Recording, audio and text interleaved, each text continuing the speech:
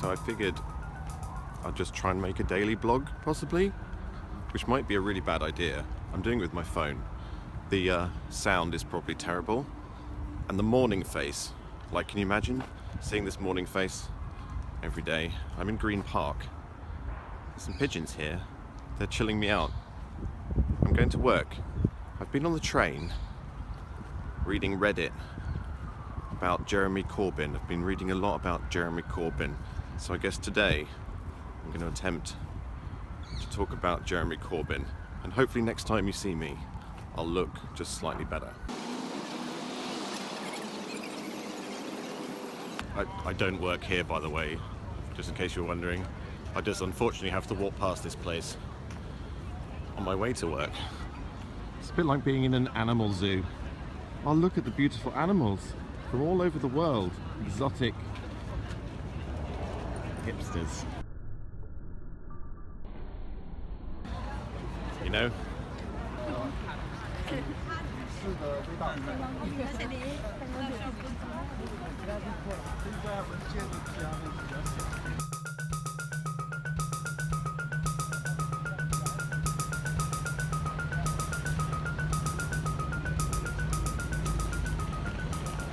Pretty inspiring stuff.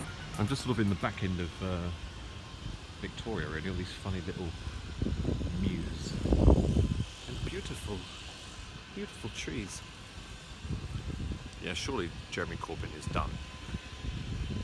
If by any chance the Conservatives win the election, by any chance, possibly can't imagine that happening. Oh, look at this.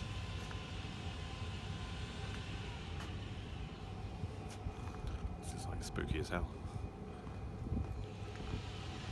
Yeah, let's say, for example, the Conservatives win the election. Can you imagine that happening? It's not like they've purposefully designed it to make sure to maximise their opportunity to win.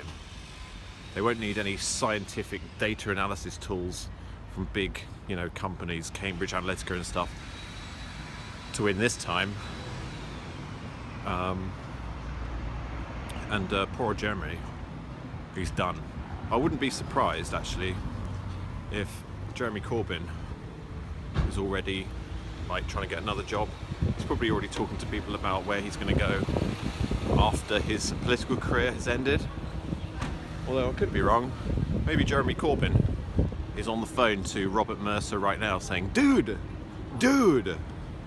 But I doubt it. So yeah. Again, this is the first day I've made one of these videos. I don't really know whether there'll be another bit. Presumably there might. I might do a bit at the end of the day. Possibly.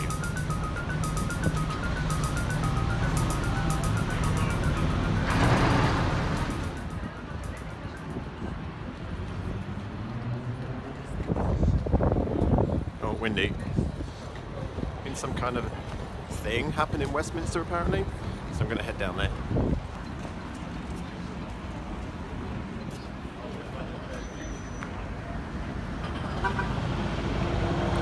So on the day that they announced £1.6 million going to be spent on extra police and security for VIPs and Prime Minister essentially, what happens?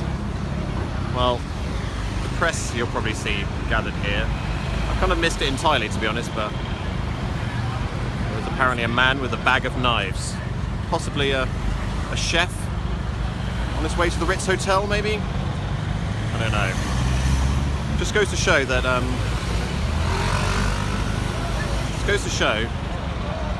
in order for the Conservatives to win the election, they don't actually need a scientific corporate data analytics firm to secure their victory. They just need to carry on ramping up the fear to do with terrorism. Of course, Theresa May's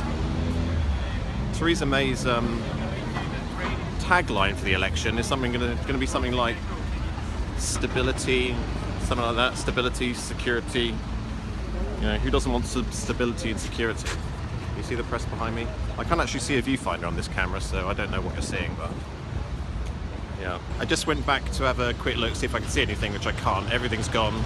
The press is still there, though, still interviewing each other. You've got there, like, journalists interviewing journalists. What did you see?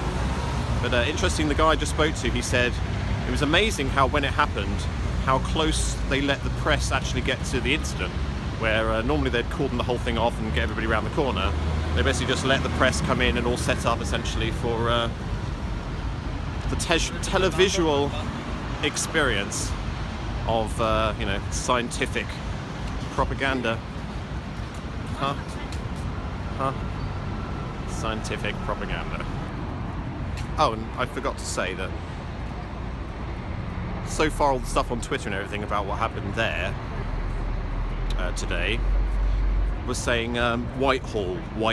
So if you see that on the news and they say it happened at Whitehall, I just wanted you to remember that Whitehall is the scientific propaganda, because it actually happened on Parliament Street.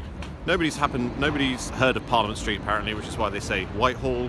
And when you say Whitehall, it reminds you that we must be all unified together in the want for saving the dear old government, from the terrifying menace that is men with beards.